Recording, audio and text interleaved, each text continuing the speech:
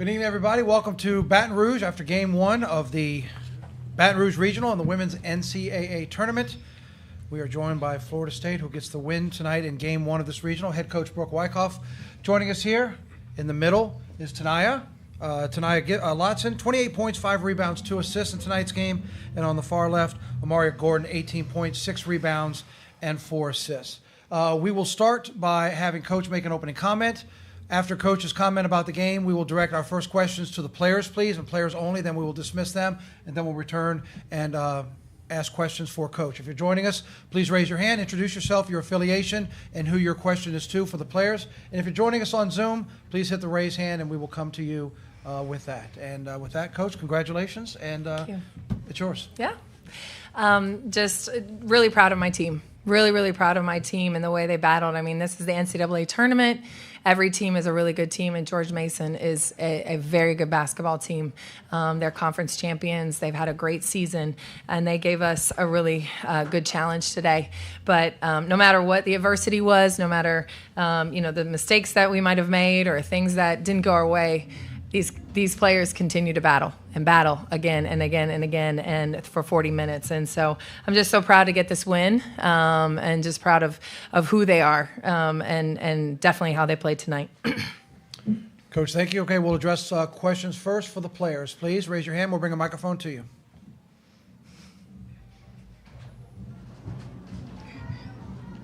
Tonight, this was the best we've seen you, it feels like, in several weeks tonight. It seemed like you were playing with another level. Obviously, This is the NCAA tournament. But did you feel like that 2-week break really helped you to perform tonight? Oh, yeah, definitely. We got some time off for spring break. I had some good time with my family and friends. And then we came back and we got to work. I felt good during practice. I got my groove back from injury, I feel like.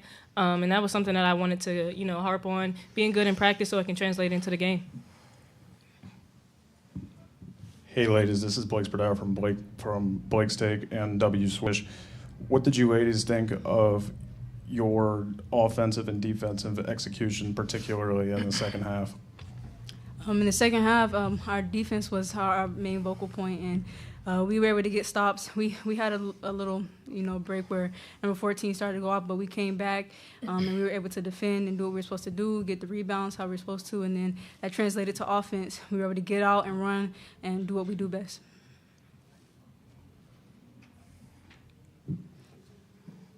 It felt like that fourth quarter is what we're used to seeing from you guys. Did it feel like, I guess, going back to that 2-week break, it kind of took a few quarters to get a little bit of those cobwebs off, and once that fourth quarter hit, you were just ready to run with it? Oh, yeah, definitely. We knew that they gave us a run for our money in, the second and third quarter, but we had to get stops and score, and we had to stay together. That was something that we, stressed in the huddle, staying together and just getting stops and scoring and settling and, hitting our free throws, hitting our jumpers, hitting our layups, and just staying together.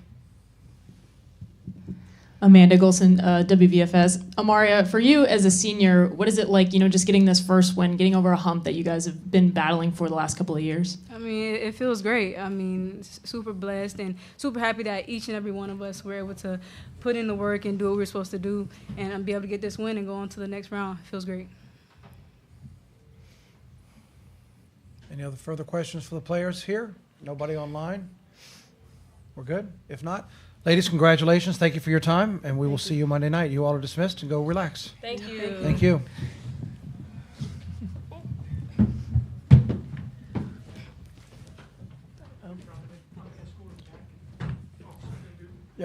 Yep. Okay, so now we'll address questions for Coach. Please, again, raise your hand, and we will bring a microphone to you. Coach, how important is it just to get off on that start that you guys did, scoring as much and then holding them to as little as they did?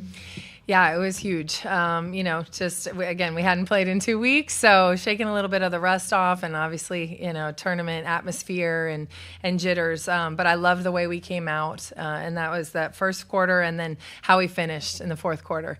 Again, we knew George Mason was going to give us a run. They were going to give us a great challenge, and they did. But as Tanaya said, they hung in there, and Tanaya led us with not only her scoring, but just the way she just wouldn't be denied. She hit the floor a bunch of times, just scrambling to get the ball to make sure we had the possession. She rebounded, and I'm just really, really proud of how she led us tonight.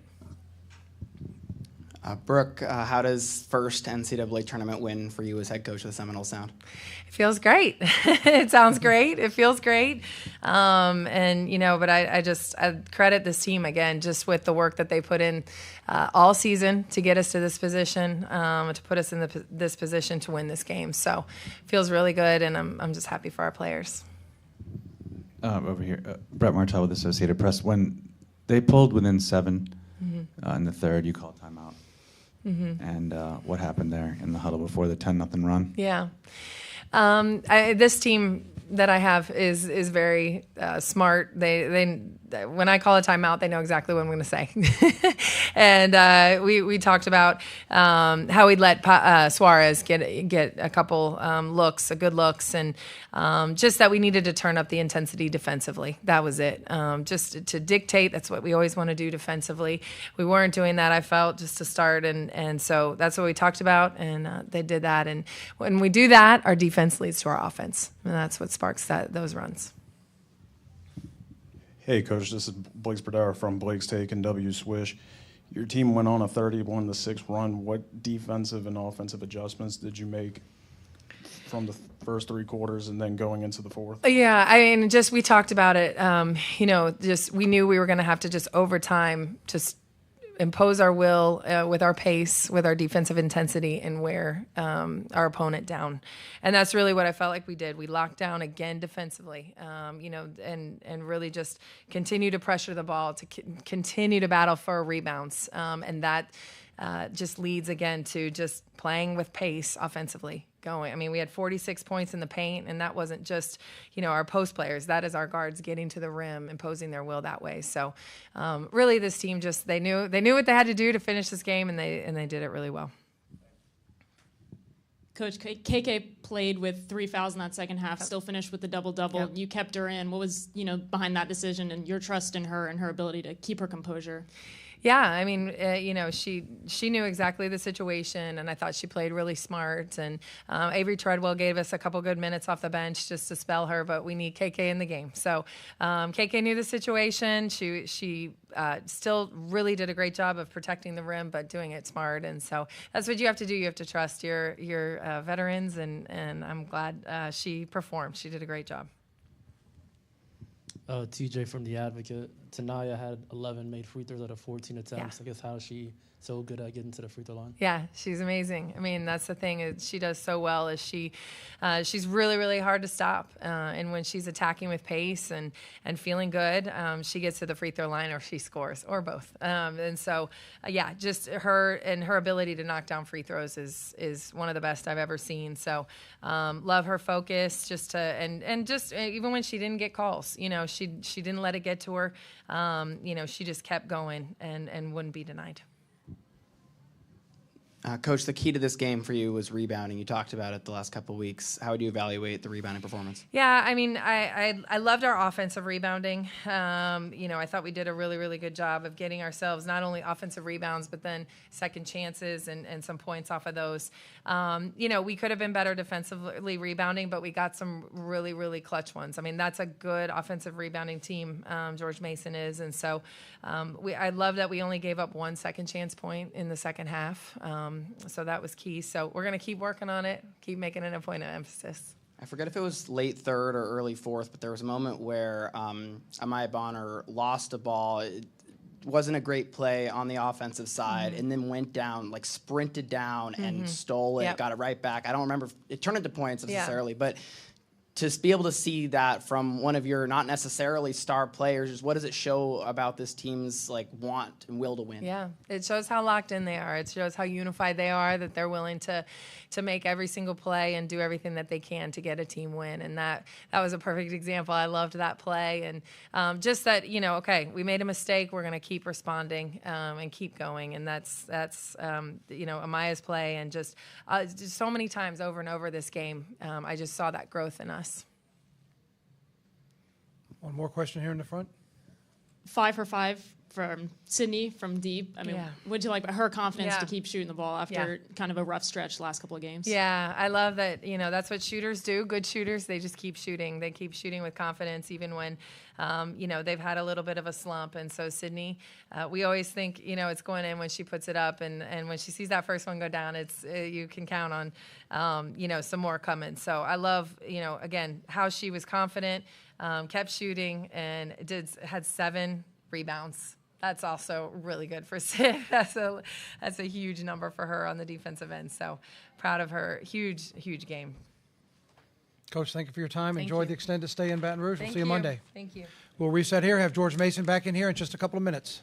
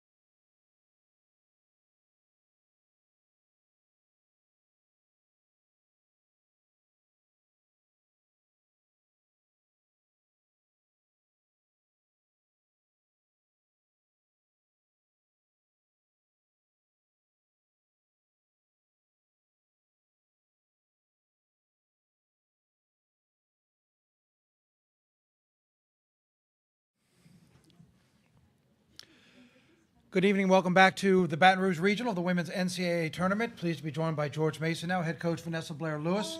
We are also joined by Paula Suarez, who tonight had 25 points and 3 rebounds in the ball game, and Nalani Kasia, who had 7 points, 7 rebounds. And Nalani, I'll let you introduce the guest you have with you.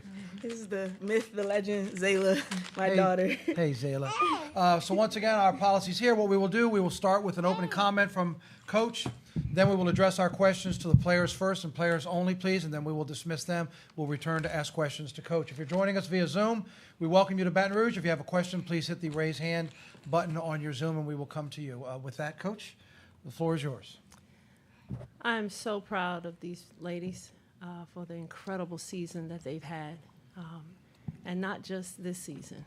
You know, they say if you want a bigger house, you have to have a bigger deposit. And each year we did that. We put a bigger deposit down to the season that we wanted. And this year, no matter the outcome of this game, does not define who they are as a whole. They are champions. They have put a legacy in place at Mason. They've won an A-10 championship, and they've had the first ever NCAA berth at the university that can never be taken away. I thank them in the locker room for the deposit that they've made in this program. And I'm super proud of not just the basketball players they've become, but the human beings and the leaders they're going to go out into the world to become. Coach, thank you very much. Very well said. We will address questions now to the, we're coming to you. We're coming. We'll address questions to the players first. Please raise your hand. We'll bring a microphone to you. If you'll introduce yourself, your affiliation, and address the player you're asking your question. We'll start right here in the front. Daniel Frank from A10 Talk. For either you, Paula or Nalani, you guys have helped set a new standard for this program. What has that meant to you personally? It means a lot knowing, you know, that the people are going to stay here next year. Freshmen coming in. They're coming into a culture where it's, like, really competitive, you know, and, like, they're going to – every single year they're going to be up there competing for a championship and win it and come into NCAA. So it just means a lot that we can, like, put our little – what's it called? Like, a little – Stamp? Yeah, stamp and, like, help the new people that are going to come in.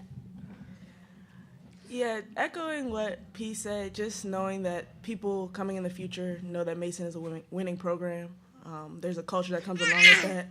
And just leaving our mark and knowing that this is just the stepping stone. Like, what we did was history, but it's only up from here. And what Zayla said. Natalie Hevren from the Next. Paula, you're the first Mason player to spend all 4 years of her career at Mason with Coach Blair-Lewis. You know, what have these last 4 years meant to you? And when you look back on your career, what does that mean to you? I'm just really happy, really proud of the program, the team, myself, how much I've grown, like, on the court and off the court thanks to the coaches. So I'm just really happy looking back and seeing where the program is. Could you put into words what this experience has been like, just being at the NCAA tournament for, you know, you for Nalani, having Zayla with you, and just this whole ride throughout the last couple weeks here? Just really exciting because we didn't know what it was like. You always see it from the outside, see the games and everything, but it's not the same like watching the games and when you're here, you're watching the games like, okay, we're going to play there, we're going to be there. So it's just really exciting. Yeah, being a part of it all, just the excitement. You know, TikTok and social media is a big thing, so seeing all the hauls, this is what you get from March Madness, this is what you get to do, XYZ, being a part of that, it's like, wow, we really made it.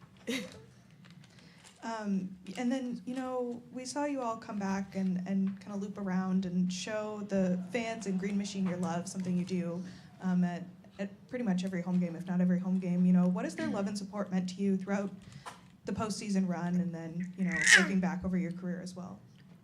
It means a lot. They're there obviously every single home game, like cheering on us, but also when we go on the road, like this is a flight, it's really far, and they still come here. They're still excited. They're still cheering for us, so they mean a lot. Yeah, the support, the overwhelming support from the Mason community, from the Fairfax community, means a lot. There'll be times where you walk around campus and they'll be like, we're so excited to see you play. Or we just love watching you all play, and it really brightens your day. Even days that you know practice might be long and things of that nature, seeing them will brighten your day because they'll just be so excited to see you. Brett? Hi there, Brett Martell with the Associated Press. For Paula, what was kind of your goal against Florida State? And obviously you had a really strong game. At what point, I mean, through 3 quarters, you probably believed you were still in this game, and then do you have a sense of what happened where the score got away from you? I mean, coming in, we just wanted to win, compete. Like, we are here for a reason. We know we can beat them. And then I think they just, I don't know if it was like maybe the physicality or the athleticism, and they just started making a lot of shots, and we weren't playing our best offense. So I don't think we like hang our heads down. Like, we competed, but we just kind of like relaxed in the 4th quarter. If you still have a question, last question for the players here, if you still have it, then we're going to dismiss them. Yeah, Paula, you know, career high for you in the last game of your Mason career. What does that mean to you? And then for Nalani, you know, watching Paula get a career high and finish her career individually on a high note. Just wanted to win, just wanted to compete. So I was just trying to be aggressive, take the shots that I could to help the team. So yeah. No one's more deserving than P. She works so hard. She is an amazing teammate, and she puts everyone before herself. So seeing her put herself first, and it's showing, and her putting on the national stage once again that she is a Spanish cookbook really brightens my day. So I'm extremely happy for her. Paul and Alana, congratulations on your season. Thank you all for coming in here and spending time with us. We appreciate it. Thank you. Thank you. And your little one, too. Thank you. Guys, does anyone want to go to the George Mason open locker room? If not, we're going to go ahead and close it. Anybody? All right, sounds good. Yes. Yeah. All right, we'll now address questions for Coach, please. Once again, if it's somebody new asking, please introduce yourself for Coach and your affiliation. And we thank the players for joining us. And Coach, once again, we'll have questions for you. Coach, could you put into words just what this means for the program, being on this stage and, you know, just all the attention that comes with making the NCAAs, all the interviews and appearances you guys have done? What does that do for this program moving forward? You know, I think it definitely shouts loudly that this is a school that is a basketball program, you know, and I always say administrations decide whether you're going to be champions long before they hire a coach, and our administration has done that. They have poured into this program. You know, the A10 is a basketball-centric conference, and so I just think that this is an amazing place to be, and obviously the steps we've taken as a program to get to this level in such a short period of time of literally coming from the bottom to the top, you know, has been, you know, it's been an arduous trip, but, you know, it's been so worth it. And I think the thing that stands out the most is, like I said, not just the wins and losses. These women that we had the ability and being blessed to coach far extends beyond the wins and losses. They are our next generation of leaders, and I'm really proud of the job we've done as a coaching staff to pour into them more than the X's and O's. Natalie Heverin with the Next. You know, it's similar to what I asked the players, but Paula was the first player that you recruited to Mason that has stayed all 4 years. And can you just talk about the journey that you've been on with her from starting from the bottom and that 14th place finish to now watching her end her Mason career with a career high in the NCAA tournament? Well, I wish I could take credit that I recruited her. She showed up on an airplane with a bag, and she said, "I'm here." I didn't even know if the child spoke English, but she was dedicated. You know, she came with a hard work ethic. We just said in the locker room, like, she's the person you want to emulate. There was never one time she was late to study hall. She was late to a practice. She complained. She was the most low-maintenance player we've ever coached. So much so sometimes you didn't even know if she was there. She was quiet, but she was watching. You know, she was not just a player to watch on the court, but she became an amazing student. She's a 4.0 student.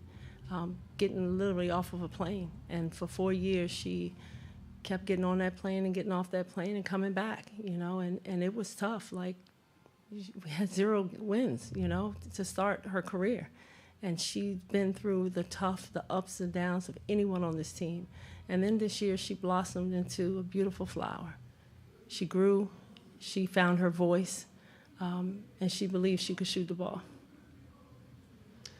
Coach, you've talked about over the years, how this program's been built and how when you started there was not a whole lot of fan and community's buy-in with this program. What was it like walking out tonight into this arena, seeing not just Green Machine and the cheer team, but obviously just the fan support that was here tonight for you guys coming all this way to Louisiana? I think Fairfax has been waiting to have a champion, and they've had it on the guys' side and they've had it in other sports, and obviously the Final Four run was amazing. But the women's basketball team, we wanted to be their champion to cheer for. And each year we made it important and vital to get out in the community and have them come in and see us play. But I think women's basketball laid a lot of that groundwork, just how the growth of the women's game, a lot of people became curious in town. What is this women's basketball all about? And we gave them something to cheer for. And we're proud of what we built, and I'm so thankful that they did not find it robbery to come watch us play this weekend. You have a question for Coach? Yes. This is Blake Spadauer from Blake's Take and W Swish. What did you think of your team's overall performance this season, and what do you hope to improve on going into next season with your players coming in?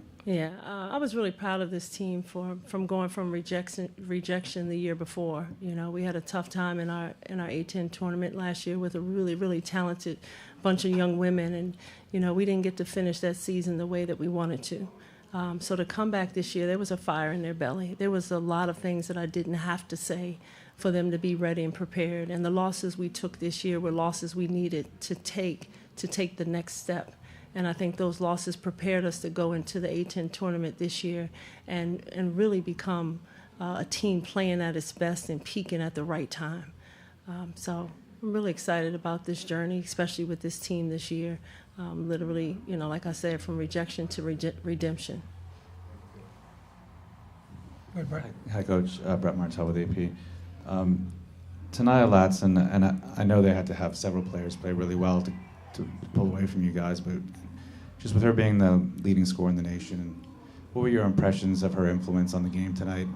What kind of, how did you find her temperament on the court, and how did that kind of translate to her results?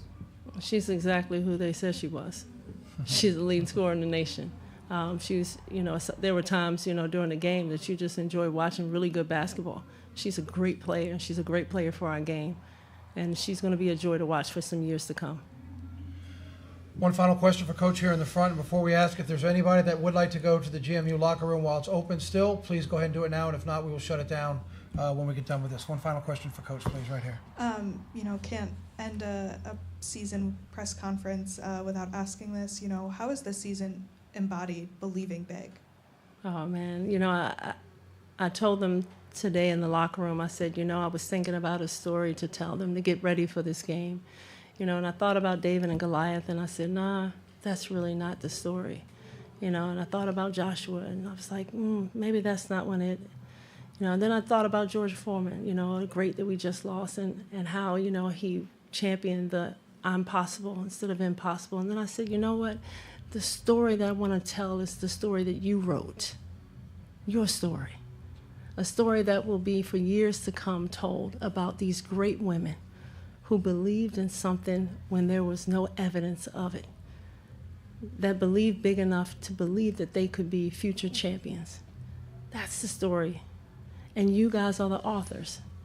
And so you get to decide how long these chapters go and when the chapter ends. And tonight, I'd like for you to keep writing, because I've enjoyed reading every single page of your journey.